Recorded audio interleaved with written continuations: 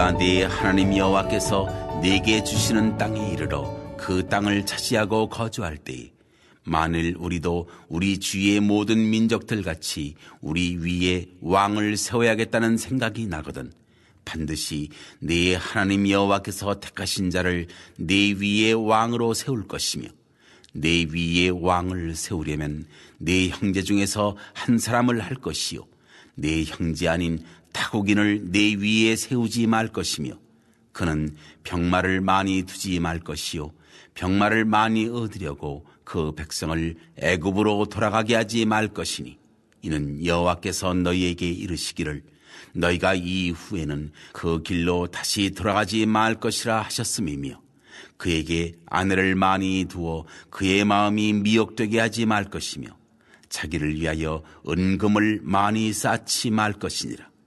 그가 왕위에 오르거든 이 율법서의 등사본을 레위 사람 제상 앞에서 책에 기록하여 평생에 자기 옆에 두고 읽어 그의 하나님 여호와 경외하기를 배우며 이 율법의 모든 말과 이 규례를 지켜 행할 것이라.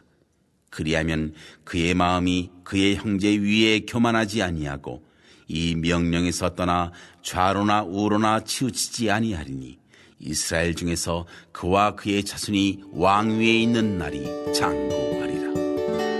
할렐루야. 하나님 말씀으로 하루를 열어가시는 전주 안디옥 교회 여러분 환영하고 축복합니다. 한경 목사입니다. 오늘도 우리에게 생명의 말씀을 다가오시는 우리 주님께 우리의 마음을 활짝 열어드립시다. 그리고 그 주님의 음성에 귀를 기울여 드립시다. 오늘 우리에게 주시는 말씀을 가지고 오늘도 우리의 삶의 자리에서 승리하시는 저와 여러분 되시기를 주님의 이름으로 축원합니다. 코로나19 확진 환자가 10명 미만으로 코로나 확산 속도가 완연히 낮아지는 지난 4월 말 무렵 여론조사 기관인 리얼미터라는 곳에서 대통령의 직무수행 평가에 대한 여론조사를 한 적이 있었습니다. 그림에서 보시는 것처럼 대통령의 직무수행이 잘하고 있다는 긍정적인 평가가 약 64%로 잘 못하고 있다는 부정적인 평가 32%보다 배로 높게 나타났습니다. 그러면서 역대 대통령 중에서 임기 3년차 후반으로 접어들 때 이렇게 높은 지지율을 보이는 것은 대단히 이례적이라고 설명했습니다. 임기 후반으로 갈수록 지지율이 떨어지기 마련인데 이번 코로나 위기 대응에서 보여준 대통령의 리더십과 그 직무 수행 능력이 그 어느 때보다도 뛰어났음을 보여주는 반증이라고 설명하고 있습니다. 일본의 아베 총리나 미국의 트럼프 대통령이 만일 우리 대통령이었다면 우리는 지금 어떤 상황이었을까? 여러분 한번 생각만 해도 끔찍하지 않겠습니까? 저는 그 두 사람이 우리 대통령이 아니라는 것이 천만다행이고 너무 감사할 일이죠. 오늘 말씀은 오늘날 대통령에 준하는 왕에 대한 하나님의 말씀입니다. 이스라엘은 지금 가나안이 아닌 요단 동편 모압 평지에 있습니다. 가나안 땅은 아직 밟아보지도 않은 상태입니다. 그렇기에 그들에게 지금 왕이 있지도 않았을 뿐더러 또 곧 왕이 세워지는 것도 아니었습니다. 이스라엘에게 왕이 세워지는 것은 그로부터 훨씬 많은 세월이 지난 먼 훗날의 일이었습니다. 하지만 이스라엘이 가나안에 들어가면은 언젠가 반드시 주변 나라들처럼 왕을 세우려 하는 것을 하나님은 다 아셨습니다. 그래서 그때를 대비해서 지금 모압 평지에서 이 모세를 통해서 왕이 될 자격 요건에 대해서 일일이 다 명령하고 규례로 제정하고 있는 것입니다. 자, 이와 같은 것을 우리가 전제로 하고서 하나님께서 모세를 통해서 이스라엘 왕이 될 사람이 갖춰야 될 요건이 뭐라고 말씀하셨는지 한번 살펴보십시다. 오늘 본문은 크게 세 가지 요건을 갖추라고 말씀하고 있습니다. 그 하나하나를 살펴보면요. 먼저 첫 번째, 하나님께서 택하신 자를 세워야 한다는 겁니다. 자, 본문 15절을 보시면은 반드시 내 하나님 여호와께서 택하신 자를 내 위에 왕으로 세울 것이며 내 위에 왕을 세우려면 내 형제 중에서 한 사람을 할 것이요 내 형제 아닌 타국인을 내 위에 세우지 말라라고 말씀하고 있습니다. 자, 여기 보면 반드시 이스라엘 백성 중에서 여호와 하나님께서 택하신 자여야 한다고 말씀하고 있습니다. 이 말은 사람의 눈에 보기에 좋은 아무나 택해서는 안 되고 반드시 하나님 보시기에 마음에 꼭 맞는 사람이어야 한다는 것입니다.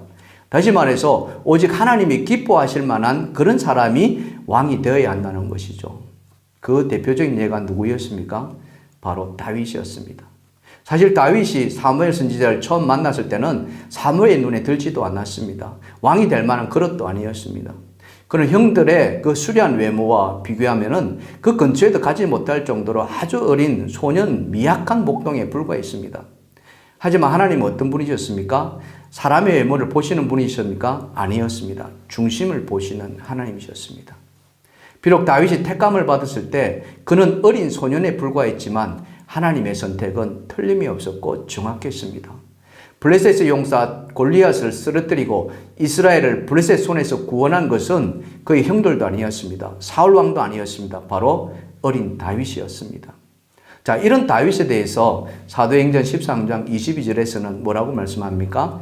다윗을 왕으로 세우시고 정언하여 이르시되 내가 이새의 아들 다윗을 만나니 내 마음에 맞는 사람이라 내 뜻을 다 이루리라 하셨습니다. 자, 여기서 우리는 한 가지 의문점을 갖게 되는데요. 뭐냐 하면은 다른 조건도 많이 있을 텐데 왜 하필 반드시 이스라엘 백성이어야 하는가 하는 점입니다. 이스라엘이니까 당연히 이스라엘 백성 중에서 뽑아야 되는 거 아닌가라고 한다면 굳이 하나님께서 이런 조건을 내세울 이유가 하등에 없다는 점이지요. 그렇지 않습니까? 당연한 것을 굳이 조건으로, 그것도 제일 첫 번째로 조건을 한 데는 그만한 이유가 있을 것이라는 것이죠. 여러분 그렇게 생각하지 않습니까? 바로 그것입니다. 자, 우리는 그 답을 알아보기 위해서 출애굽한 이스라엘이 지난 광야의 여정을 어떻게 지내왔는가를 한번 살펴볼 필요가 있습니다. 출애굽한 이스라엘은 아브라함의 후손들이었지 않습니까? 그래서 그들은 하나님만을 섬겼습니다.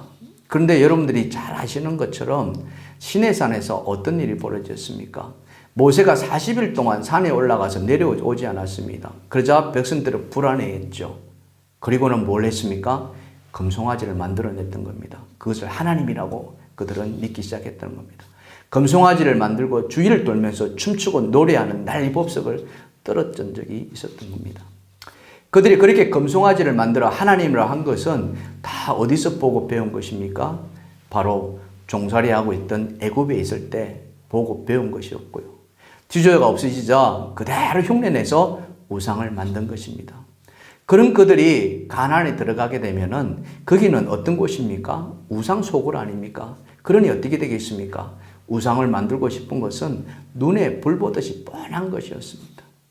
그런데다가 이방인을 왕으로 앉히게 되면은 나라 전체가 통째로 우상을 섬기게 되는 것은 시간 문제였다는 거죠. 하나님 이것을 아시고 이것을 막고자 했던 것입니다. 다시 말해서 하나님이 이스라엘의 신앙의 순수성을 지키기 위한 최소한의 조치를 취하신 것입니다. 그것이 바로 이스라엘 안에서 왕을 택하는 것이었습니다. 자, 두 번째 왕이 될 사람의 자격 요건이 무엇이냐? 두 번째, 병마를 많이 두지 말라라고 말씀하고 있습니다. 자, 본문 16절을 보시면은 그는 병마를 많이 두지 말 것이요 병마를 많이 얻으려고 그 백성을 애굽으로 돌아가게 하지 말 것이니 이는 여호와께서 너희에게 이르시기를 너희가 그 이후에는 그 길로 다시 돌아가지 말 것이라 하셨음이냐. 자, 여기 보면은 병마를 많이 두지 말고 병마를 얻으려고 백성을 애굽으로 보내지 말라라고 했습니다. 자, 고대 전쟁이 어떤 전쟁이었습니까? 발로 뛰어가서 싸우는 백병전이 아니었습니까? 칼과 창을 들고 와 하고 함성 지르면서 달려가서 싸우는 말 그대로 백병전이었습니다. 그런 전쟁에서 말을 이용한다는 것은 이건 엄청난 힘의 우위를 지는 것이었습니다. 그래서 말을 탄 기마병은 고대 전쟁에서 절대적인 힘의 상징이었던 것이죠. 이 기마병을 얼마나 많이 보유했느냐가 그 전쟁의 승패를 좌우할 정도로 병마는 군 전력의 핵심이었다는 겁니다. 자, 여러분 출애굽할 때를 한번 돌이켜 보세요. 출애굽에 빠져나온 그 이스라엘이 홍해를 건너지 않습니까? 자, 근데 우리가 그 홍해를 건너는 장면을 잠깐 상상해 보면요. 십계란 영화에서 보면은 그 갈라진 홍해가 엄청난 절벽을 이룬 것을 보았습니다.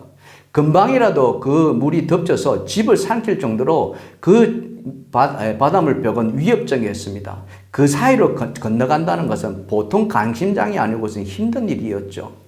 그런데 어른아이 할 것 없이 어땠습니까? 딱 건넜습니다. 한 사람도 남김없이 다 건너갔습니다. 무엇이 그렇게 가능했을까요? 바로 그들 뒤에 추격해 오는 바로의 병거 때문이었습니다. 그만큼 병거는 사람들에게 위협적인 존재였죠. 이처럼 고대 전투에서는 말을 탄 기마병이나 병거의 수가 전투력을 가늠할 주요한 지표였으므로 하나님은 왕으로 하여금 말을 많이 갖지 말라고 명령한 것입니다. 자, 그렇다면 또 한 가지 의문점이 생겨나는데요. 그것은 뭐냐면은 이스라엘이 막강한 국방력을 가지기 위해서 병마를 많이 가져야 하는 것은 당연할 텐데 오히려 그렇게 하지 말라고 이야기하고 있다는 거예요. 하나님도 이스라엘이 부강한 나라가 되는 것을 원하고 있지 않습니까? 근데 그렇게 하지 말라는 거예요. 그 이유를 다시 출애굽 광야 40년 광야를 돌아볼 필요가 있습니다. 그들이 40년간을 버틸 수 있었던 것은 무엇 때문이었겠습니까? 병마가 있었습니까? 아니었습니다. 바로 하나님이었습니다. 하나님의 도움이 없이는 불가능했다는 거죠. 이에 대해서 신명기서 29장 5절에서는 뭐라고 말씀하십니까? 주께서 이 40년 동안 너희를 광야에서 인도하게 하셨거니와 너희 몸에 옷이 낡아지지 아니하였고 너희 발이 신이 헤어지지 아니하였으며라고 말씀하고 있습니다. 이처럼 광야 40년은 하나님의 도우심과 인도하심이 절대적이었습니다. 그랬던 하나님이 이 가나안에 들어가면은 모든 것을 딱 스톱할 것인가? 여러분 어떻습니까? 그럴까요? 전혀 그렇지 않습니다. 그렇게 매몰찬 하나님이 아니셨죠. 가나안에 들어가서도 여전히 이스라엘을 돌보시고 지키시는 하나님이셨습니다. 그런데 이스라엘이 왕을 중심으로 병만을 늘리기 시작하면은 그들이 무엇을 의지하기 시작하겠습니까? 자연히 병마를 더 의지한 것은 눈에 불보듯 뻔한 일이었습니다. 그러면 하나님과의 관계는 어떻습니까? 멀어질 수밖에 없었다는 거예요. 하나님을 의지하지 않게 되는 겁니다. 이것을 하나님이 기뻐하셨겠느냐 하는 거예요. 여러분 어떻습니까? 이스라엘 백성이 하나님을 의지하지 않고 병마, 즉 군대를 의지한다면 과연 하나님이 기뻐하셨을까요? 그 대답은 물어보나 마나한 no 아닙니까? 그냥 no가 아니라 absolutely no, 절대적인 아니다입니다. 골리앗에 맞서는 싸웠던 그 다윗은 하나님을 어떻게 말씀했습니까? 사무엘상 17장 45절에요. 다윗이 블레셋 사람에게 이르되 너는 칼과 창과 단창으로 내게 나아오거니와 나는 만군의 여호와의 이름 곧 내가 모욕하는 이스라엘 군대 하나님의 이름으로 내게 나아가노라. 할렐루야, 할렐루야. 다윗에게 하나님은 그냥 하나님이 아니었습니다.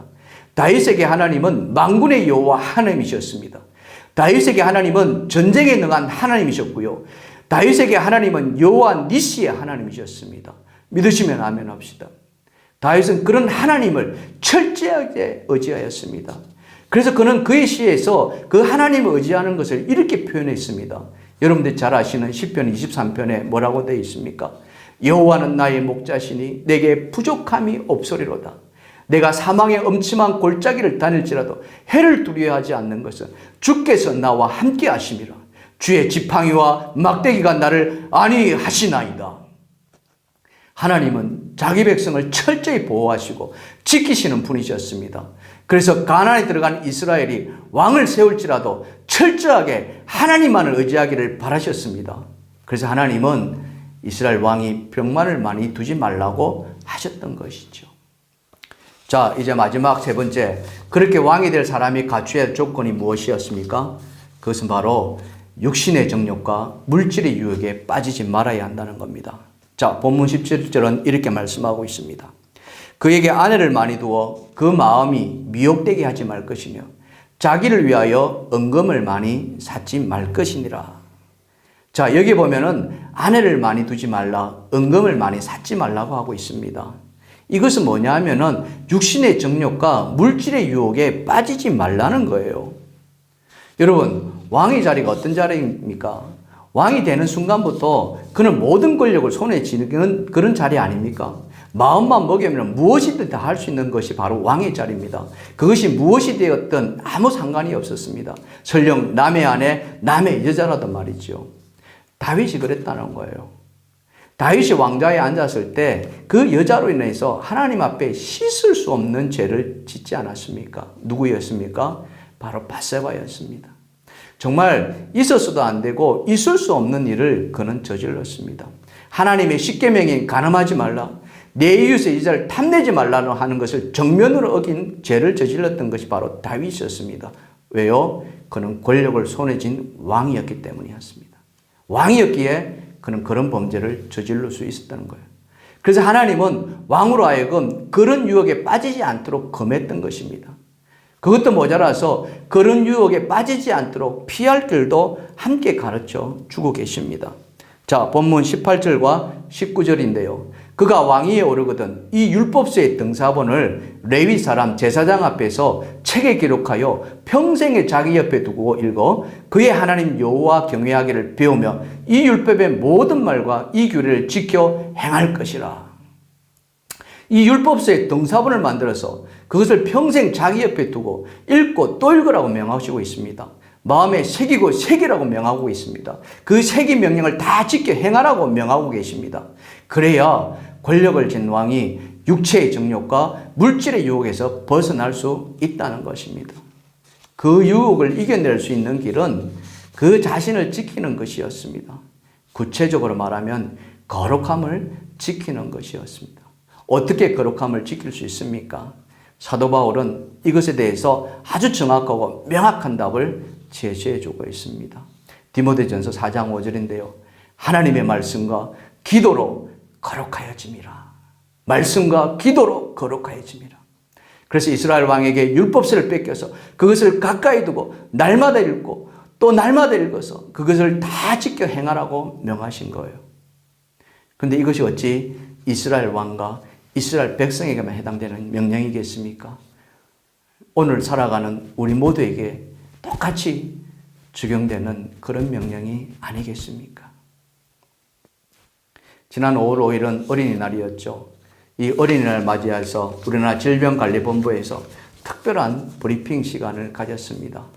어린이를 직접 질병관리본부에 초대는 하지 못했지만 영상으로 궁금한 것을 묻고 답하는 시간을 가졌습니다.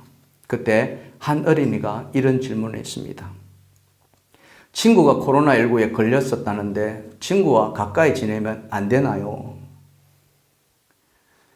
이 질문 속에 친구는 친구와 함께하고픈 어린아이의 그런 애절한 마음과 또 그러면서 코로나에 대한 불안감이 다 녹아져 있습니다.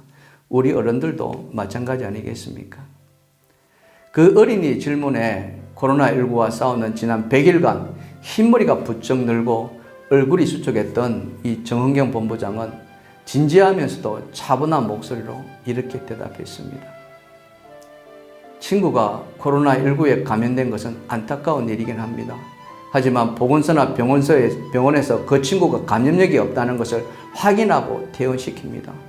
친구를 왕따시키거나 따돌림하지 말고 위로하고 따뜻하게 맞아주는 게 필요합니다. 여러분 꼭 그런 마음을 가져주시기 바랍니다.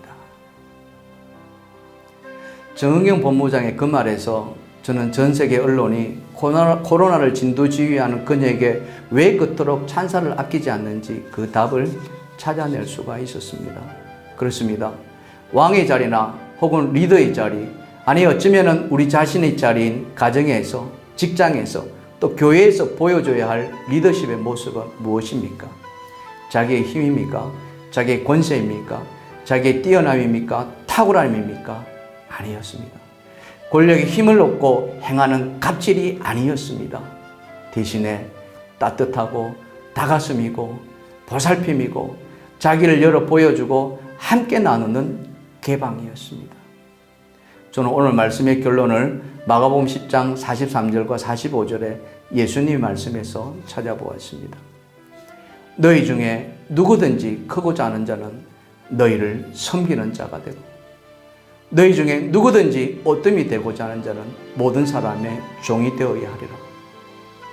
인자가 온 것은 섬김을 받으려 함이 아니라 도리어 섬기려 하고 자기 목숨을 많은 사람의 대속물로 주려 함이니라. 오늘 이 말씀을 들으시고 잠시 묵상하는 시간을 가져보십시다. 내 삶의 자리에서 지나친 분에 넘친 왕의 리더십을 보이고 있지 않습니까? 더 겸손하고 더 낮아지고 더 섬기는 예수님의 리더십을 담는 삶을 살고 있지 않습니까?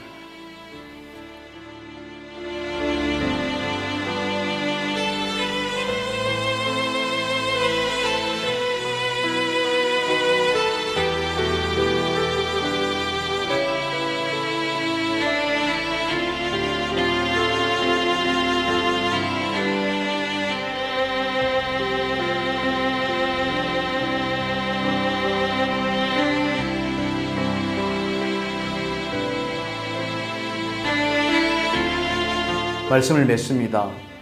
예수 그리스도로 말미암아 우리 모두는 왕같은 제사장이요 하나님의 거룩한 나라요 하나님의 소유한 백성임을 저는 믿습니다.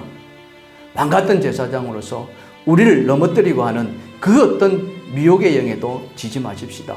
오직 주님의 말씀과 기도로 승리하시기를 주님의 이름으로 축원드립니다. 아멘. 오늘 함께 기도할 제목은 첫째, 날마다 살아있는 하나님의 말씀을 가까이 하는 삶을 살게 하옵소서. 두 번째, 우리 자신이 가진 지식과 소유를 의지하지 말고 오직 하나님만을 의지하게 하옵소서. 세 번째, 육신의 정욕과 물질의 탐욕을 하나님의 말씀으로 이기게 하옵소서. 다 함께 기도하시겠습니다.